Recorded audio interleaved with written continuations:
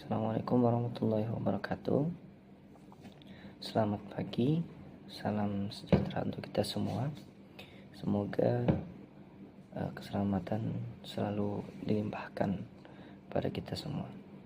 Di sini saya akan menjelaskan secara singkat dan tidak terlalu panjang dan lebar, yaitu menjelaskan bagaimana terbentuknya salah satu organisasi yang berada di Indonesia ini ketika posisi Jepang ketika masa penjajahan itu sudah mulai melemah, yaitu terbentuknya suatu organisasi yang bernama Badan Penyelidik Usaha-Usaha Persiapan Kemerdekaan Indonesia atau disingkat dengan BPUPKI. Waktu Jepang mulai kalah dalam Perang Dunia II, posisi mereka udah mulai lemah banget. Nah, buat ngambil hati rakyat Indonesia supaya mau bantu Jepang, mereka mulai menjanjikan bakal ngasih kemerdekaan ke Indonesia. Janji ini adalah awal mula dilahirkannya organisasi BPUPKI. Awalnya pada tanggal 1 Maret tahun 1945, pemerintahan Jepang itu dipimpin oleh Letnan Jenderal Komachi Harada ngumumin bakal ngebentuk badan khusus buat menyelidiki segala hal yang dibutuhin untuk menyiapin kemerdekaan Indonesia. Terus pada tanggal 29 April 1945, bertepatan pada hari ulang tahunnya Kaisar Jepang, BPUPKI resmi dibentuk.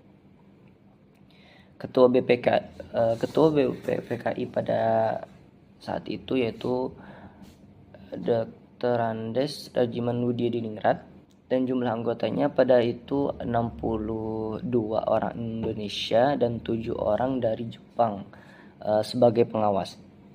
Tujuan dibentuknya BPUPKI yaitu buat menyelidiki dan merancang hal-hal yang perlu dirangkai mempersiapkan kemerdekaan Indonesia, termasuk dasar negara, bentuk pemerintahan, wilayah, kemudian dan sebagainya. Kemudian ada beberapa peristiwa penting yang dilaksanakan ketika terjadinya BPUPKI ini, yaitu sidang ini membahas tentang dasar-dasar negara Indonesia nanti pada akhirnya, yaitu menjadi cikal bakal terakhirnya Pancasila. Dari situ kelihatan banget kalau para pendiri bangsa punya semangat tinggi buat nentuin arah dan jati diri negara yang baru lahir, walau waktu itu Indonesia belum resmi merdeka. Kemudian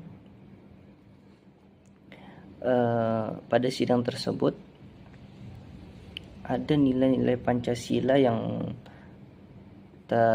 terlihat, yaitu persatuan Indonesia. Walaupun para tokoh punya pendapat, punya ide masing-masing, punya latar belakang berbeda, namun mereka tetap satu tujuan, yaitu merdeka dan membentuk negara yang adil.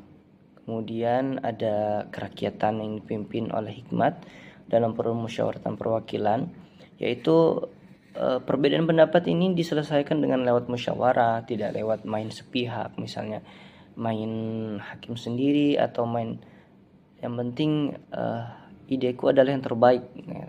Tidak. Jadi mereka bermusyawarah merumuskan suatu permasalahan, atau suatu permasalahan itu tidak dengan ego masing-masing, tapi dengan musyawarah, bukan dengan perkelahian atau pertikaian.